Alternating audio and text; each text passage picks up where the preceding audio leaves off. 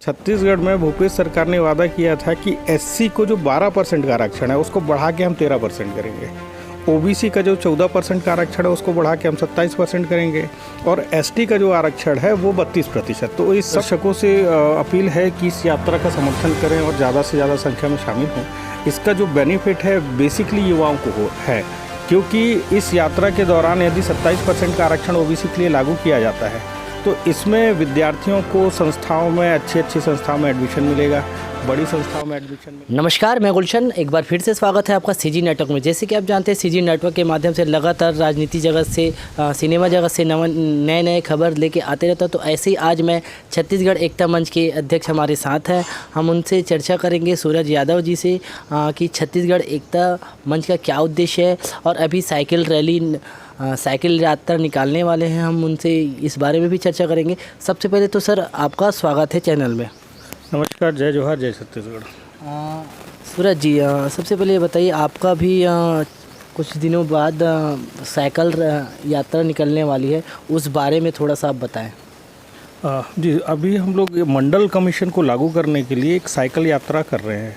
मंडल commission में कुछ 50 सिफारिशें थी, जिसमें ख़ास तौर पे पिछड़ा वर्ग को लेके 50 सिफारिशें थी। उसमें की कुछ चीज़ें जो कि छत्तीसगढ़ में कांग्रेस पार्टी ने वादा किया था कि यदि छत्तीसगढ़ में हमारी सरकार आती है तो हम ओबीसी को 27% का आरक्षण देंगे, जो कि आज 3.5 साल हो गए हैं छत्तीसगढ़ में ओबीसी को 27% का आरक्षण नहीं मिला है। बस इसी पर सरकार का ध्यान केंद्रित करने के लिए हम लोग पाली तानाखार से रायपुर होते हुए लगभग 27 विधानसभाओं में साइकिल यात्रा करेंगे, जिसके माध्यम से जनता को ये बताएंगे कि सरकार ने जो वादा किया था उसने पूरा नहीं किया है और इस आरक्षण को जल्दी से लागू करने के लिए सरकार के ऊपर दबाव बनाएंगे। अच्छा यादव जी, ये बताइए मंडल कमीशन है क्या? देखिए, मंडल कमीशन जो है 1978 में बना था। इसकी एक समिति बनी थी जिसमें बिंदेश्वरी प्रसाद मंडल जी, जो बिहार के 7 बार के मुख्यमंत्री रहे हैं, वो अध्यक्ष थे।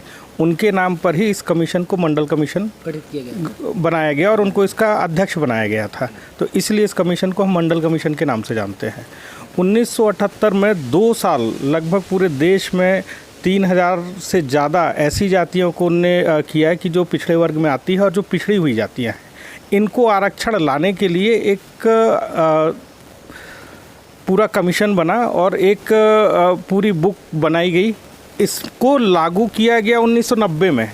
1978 में मंडल कमीशन का एक्चुअल में गठन किया गया था और इसकी जो सिफारिश है 50 सिफारिशें थी सिर्फ पिछड़ों के लिए। इससे पहले एसटी और एससी के लिए ऑलरेडी आरक्षण था, लेकिन पिछड़ों के लिए आरक्षण नहीं था। 1980 में मंडल कमीशन की जो रिपोर्ट है उसको पेश की गई। 1980 में सरकार थी एक्चुअल में कांग्रेस की, लेकिन 10 सालों तक इस को देखा तक नहीं गया। इस जो रिपोर्ट पे धूल पड़ी रही। 1990 में जब वीपी सिंह की सरकार आई तब इसको पूरे देश में लागू किया गया। उसमें भी ये नियम हुआ कि जो प्रदेश चाहे वो मंडल कमीशन को लागू कर सकता है और जो चाहे नहीं कर सकता। तो छत्तीसगढ़ में आज भी मंडल कमीशन की जो सिफारिश है वो लागू नहीं है। तो मैं एक और प्रश्न पूछना चाहूँगा कि ये मंडल कमीशन में और कौन कौन से संस्थाएं काम कर रही है और कितने संस्था इस पर काम कर रही है? देखिए, ये जो एक यात्रा है वो छत्तीसगढ़ एकता मंच के माध्यम से हो रही है। इसमें जो समर्थन दे रहे हैं, इसमें राजनीतिक पार्टी गोंडवाना गणतंत्र पार्टी इसमें समर्थन दे रही है। इसमें छत्तीसगढ़ कलार महासभा, इसके जो प्रदेश अध्यक्ष है विजय जायसवाल जी, वो इस पूरी यात्रा के संरक्षक हैं। छत्तीसगढ़ में छत्तीसगढ़ स्व सहायता महिला समूह है, वो हमको इसमें समर्थन दे रही है। छत्तीसगढ़ में संयुक्त मोर्चा एसटी एससी ओबीसी है, वो हमको इसमें समर्थन दे रही है। इसमें हमको राष्ट्रीय नागरिक सेवा सुरक्षा संगठन है, वो हमको समर्थन दे रही है। और भी संगठन है जो समर्थन देने को तैयार है इस यात्रा के लिए।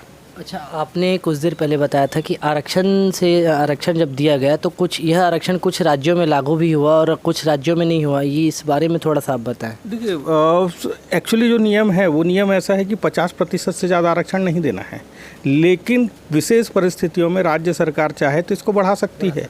आज छत्तीसगढ़ में टोटल 58% का आरक्षण है। छत्तीसगढ़ में भूपेश सरकार ने वादा किया था कि एससी को जो 12% का आरक्षण है उसको बढ़ा के हम 13% करेंगे।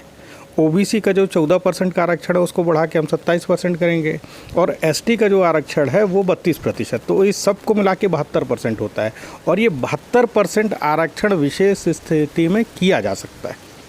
अच्छा, छत्तीसगढ़ एकता मंच किस उद्देश्य से काम करती है? बेसिकली छत्तीसगढ़ एकता मंच का उद्देश्य है कि लोगों को जागरूक करना और सरकार की ऐसी व्यवस्थाएं जिससे जनता को लाभ नहीं हो रहा है उसके बारे में मुद्दा रखना, यही छत्तीसगढ़ एकता मंच का मेन उद्देश्य है। अच्छा, आप दर्शक से व्यूअर से कुछ कहना चाहेंगे, जो कुछ पहुंचाना चाहेंगे? जी, मेरी दर्शकों से अपील है कि इस यात्रा का समर्थन करें और ज़्यादा से ज़्यादा संख्या में शामिल हों। इसका जो बेनिफिट है बेसिकली युवाओं को है, क्योंकि इस यात्रा के दौरान यदि 27% का आरक्षण ओबीसी के लिए लागू किया जाता है तो इसमें विद्यार्थियों को संस्थाओं में, अच्छी संस्थाओं में एडमिशन मिलेगा, बड़ी संस्थाओं में एडमिशन मिलेगा। इसके अलावा सरकारी नौकरियों में यदि 14% से 27% का आरक्षण होता है तो बहुत सारे लोगों को नौकरियां मिलेंगी। आप हिसाब लगाइए कि छत्तीसगढ़ बने हुए आज 22 साल हो गए हैं। 22 साल में यदि 14 की जगह 27% का आरक्षण होते तो आज हमारे 22 साल में कितने युवा बड़ी बड़ी पोस्ट में बैठे होते। मतलब कहने का मतलब आप यहाँ पर रोजगार की जो कमी है वो थोड़ा सा सही होता है। बिल्कुल, हाँ। इसके अलावा जो तीसरा इसी में मुद्दा है पदोन्नति में भी आरक्षण। तो जो उस समय से अभी तक जो ओबीसी वर्ग के लोग हैं नौकरियों में हैं उनको पदोन्नति में आरक्षण मिलता तो आज वो बड़ी पोस्ट में बैठे होते। अच्छा, आरक्षण जैसे आपने बात की पिछड़ा वर्ग से, और भी जैसे एसटी वर्ग जो है उनको भी आरक्षण मिलता है, जैसे उनसे आपका कुछ सवाल नहीं या कुछ प्रश्न नहीं है? नहीं, बिल्कुल है। जो पदोन्नति में आरक्षण है वो सभी जातियों के लिए, एसटी, एससी, ओबीसी तीनों के लिए है। तो ये जो मुद्दा है सबके लिए है, सिर्फ ओबीसी का नहीं है। ओबीसी का मुद्दा इसलिए कहा जा रहा है क्योंकि सरकार ने इसको स्पेशली वादा किया था कि ओबीसी को जो 14% का आरक्षण है उसको बढ़ा के 27% कर दिया जाएगा। और प्रदेश में आप कहेंगे कि सबसे ज़्यादा जो जनसंख्या है ओबीसी वालों की है और उन्हीं को सबसे कम आरक्षण है। यदि देखा जाए संख्या के अनुपात में कि हमारी जितनी संख्या है उसके अनुपात में हमको सबसे कम आरक्षण है। तो ये मुद्दा कहीं ना कहीं बहुत बड़ा मुद्दा है। और सबसे मज़ेदार बात यह है कि पहली बार ऐसा हो रहा है कि ओबीसी के मुद्दे को आदिवासी समाज के नेता ज़्यादा उठाने की कोशिश कर रहे हैं छत्तीसगढ़ एकता मंच के साथ आकर, खास तौर पे गोंडवाना गणतंत्र पार्टी। साथ ही यहाँ सर्व आदिवासी समाज एक बहुत बड़ा संगठन है, उनके जो यूथ विंग के प्रदेश अध्यक्ष हैं उन्होंने भी हमारी इस मांग को जायज़ ठहराते हुए समर्थन करने का वादा किया है। इस मुद्दे को लेकर मेरा एक कहना ये रहेगा कि जैसे आदिवासी समुदाय के भी जो लोग हैं यूनिटी दिखा रहे हैं, एक बोल सकते हैं कि छत्तीसगढ़िया यूनिट यहाँ पर सामने नज़र आ रही है। बिल्कुल, है ना।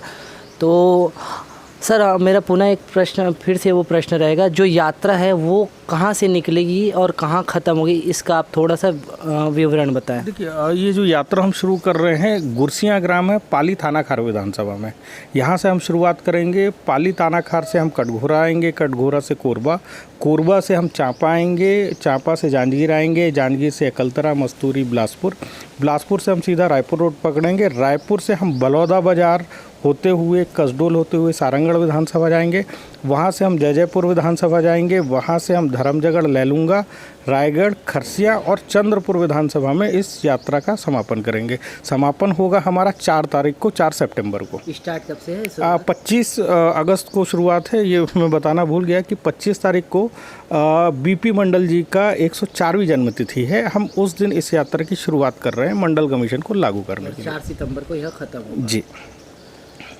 तो आपने जाना हम सर से बात की यादव जी से, आरक्षण से संबंधित जो 27% है जो भूपेश सरकार ने जो यह वादा किया था वो जो वादा है पूरा नहीं किया, उसी पर्पज़ से यह यात्रा निकाला गया। आप अगर आपको यह न्यूज़ सही लगता है, आपको जैसा भी आपके लगता है कि आरक्षण से संबंधित सर का जो है जो मोटिव है वो सही है, तो आप बिल्कुल इस यात्रा में शामिल हो, क्योंकि यह रोज़गार से संबंधित युवाओं को काफ़ी रोज़गार मिलने का एक सुनहरा मौका है। जो साल 22 वर्ष से अटका हुआ है जो चीज़ें, वो अब शायद जाके पूरा हो सकता है। तो आप बिल्कुल इस चीज़ का समर्थन कर सकते हैं। तब तक के लिए बने रहे सीजी नेटवर्क के साथ। कैमरा पर्सन आशीष के साथ मैं गुलशन देवांगन। जय जवाहर, जय छत्तीसगढ़, जय हिंद।